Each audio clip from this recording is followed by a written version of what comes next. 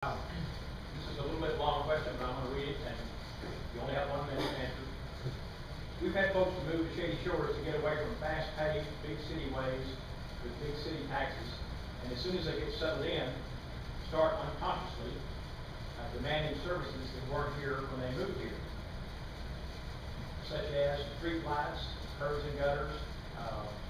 Twice a week, we've already picked up things that would raise taxes and fees.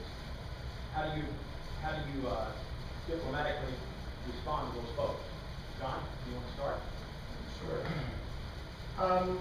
I think I would tell them that you need to look at the history of the town and say that we're not Corinth, we're not Denton, and we're not a lot of other places. This is Shady Shores. We have a nice rural country feel to us. We have nice tiny little roads. We don't have sidewalks. We don't have little curves. What we've got is a lot of country feel to us, and that's what we're about. And recognizing that people will go kicking and dragging into the 21st century, with or without us, this is what we are, and you should probably recognize that when you move here. That's what we are. We're not these other communities. If you wanted that, you should have moved to South Lake or whatever. I agree. Even though it's hard to maneuver sometimes on Fritz, how many people love to drive down Fritz past the Longhorns after a snowfall? That just takes the stress away from working in the corporate world. We have the best small town in Texas. This is by far the best area. It reminds me of going to summer camp at the lake every summer. And that's why we moved here, was for the slow pace and the quiet. I agree, if they're looking for something a little bit more with curbs and gutters and streetlights and smaller lots, there's wonderful areas in other towns and communities. We're specific and very unique, and we need to preserve our heritage because that's what makes us great. Holly? Well, I didn't know I was going to be answering questions tonight, and it occurred to me that some of my answers you might want to impeach you. But That should be a right. But I think we need a 5-year plan now. We made one 5 years ago, and it's about run out, and it's time for a 5-year plan, and we want all your input as to how you want things to go, and I'd like to see that happen, and I want to be part of doing whatever you want to do to make Shady Shores the place you want to live. I love this town. I think I need to say that anymore tonight. I've heard enough about that. However, it is the obligation of the alderman and the mayor to provide for the health, safety, and welfare of the community. If that involves lighting or curbing or anything that the aldermen deliberate and believe that there is an impact on those 3 entities to you, then certainly we must address it. Well, since this lighting thing came up, I started looking around at other towns, and it seems to me that the lighting is really more for security than for traffic purposes. So I think if we have any security problems in town, we should maybe look at lighting those areas. And lighting, I don't think it's that expensive to be able to do it. And the price is not very. I would invite the individual to join us in the budgeting process. I would invite the individual to go line item by line item with us through the budget to make some of those determinations. I think a 5 to a 10-year plan is certainly in order, so that we can grow into the future.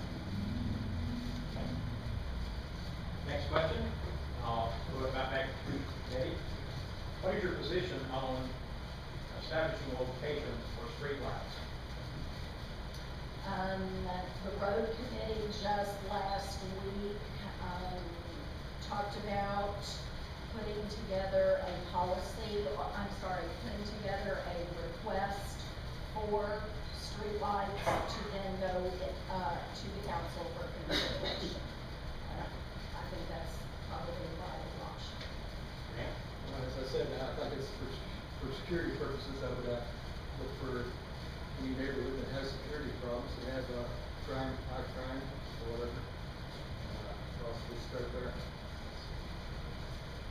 13 years I've lived where I've lived, before there was a street light put there, there was numerous accidents there, at least one a month, where they ran into the noble's property.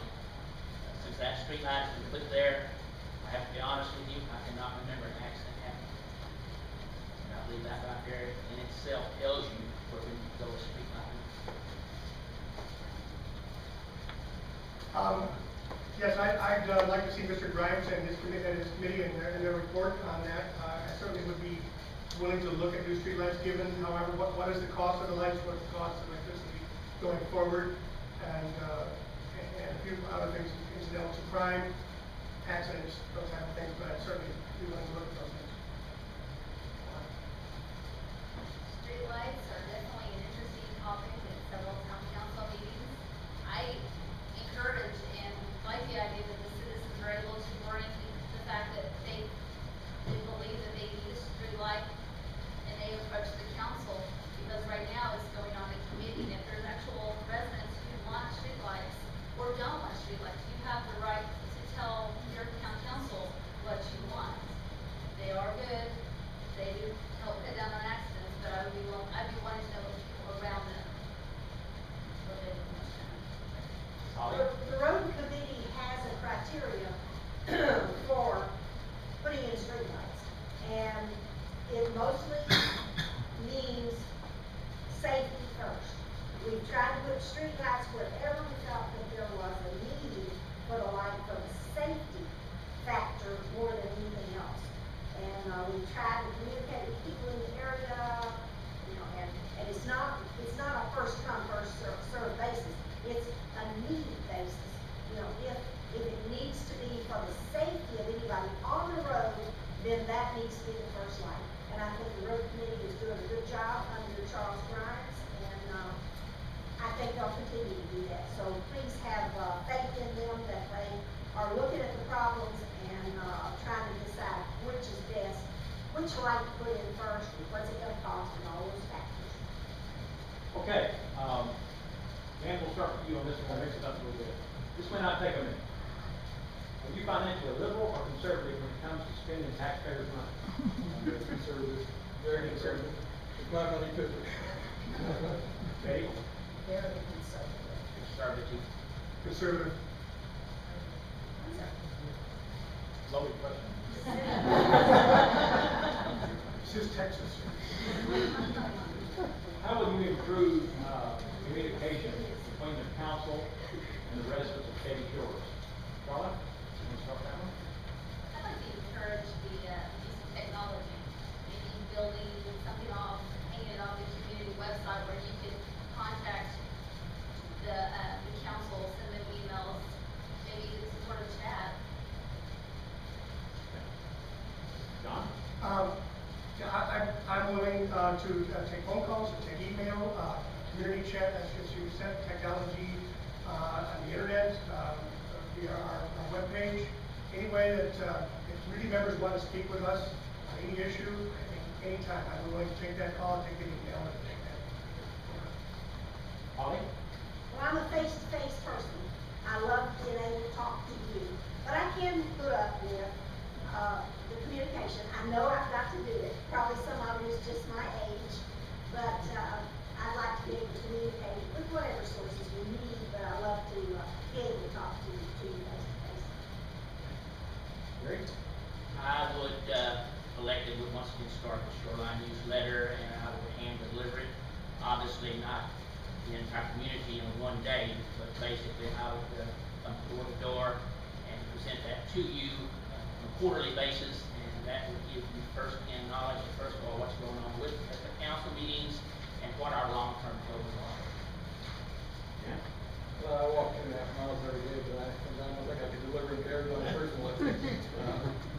I think that I'd like to see everybody in town, and I'd like to see their email address and give it to the city, so you can send email that instead of mailing it, which costs quite a bit now, as I found out when I mailed out my letters. And we could email out questionnaires and stuff like that, try to see how the town feels about different subjects. For me, it's technology to be able to coordinate either semi-annual or annual town hall meetings so that we can, just be able to communicate, so technology and town hall meetings. Where do you see the, town in 5 to 10 years? Holly? Well, that's awful hard to say, because, you know, even in 5 years' time, there's been a huge amount of change in the past 5 years. So I think we need to lay out a 5 to 10 year plan and let the citizens say what they wanna do, and let's dig in and get done what we can do. Donna? I see a strong volunteer spirit within the community. See a wide range of different ages, marital status, getting involved, and continuing what we have here already.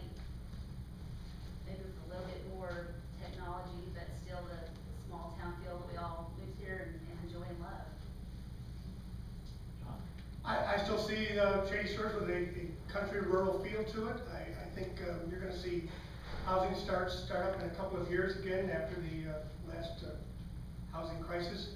I see a small amount of growth here. I don't see anything overwhelming, but we certainly have some areas that can be developed, but I don't see anything large. And a town of 26 or 2,700 now, 5 years, maybe 3,000. I think that would be tops.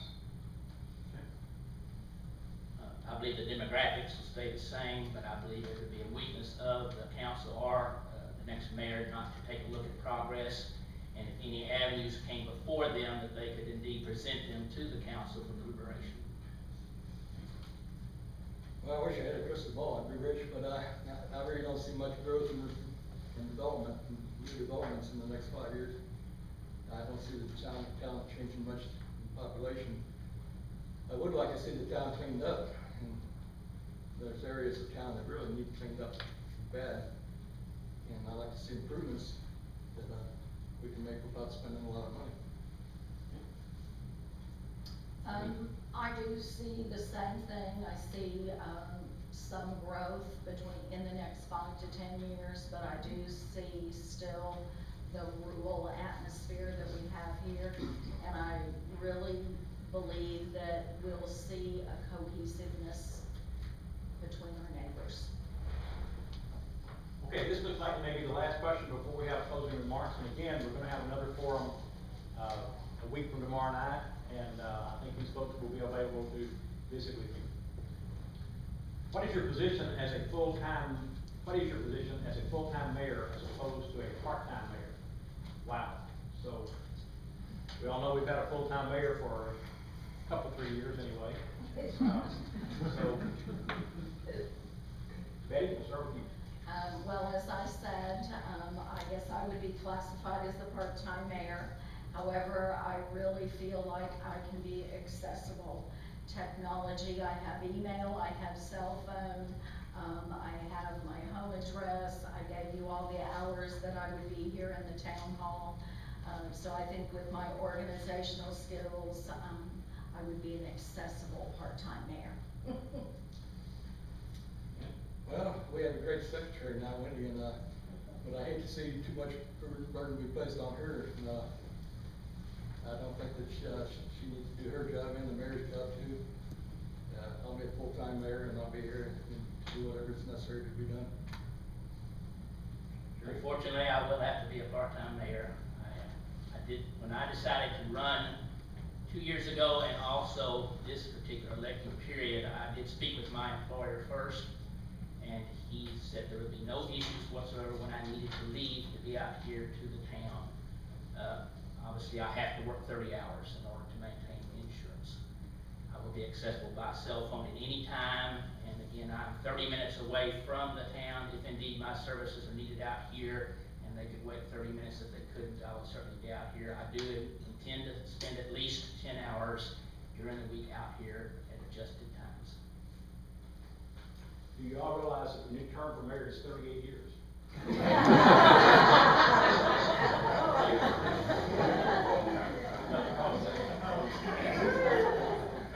Okay, I guess we're ready. We're going to do about a 3-minute per person summary.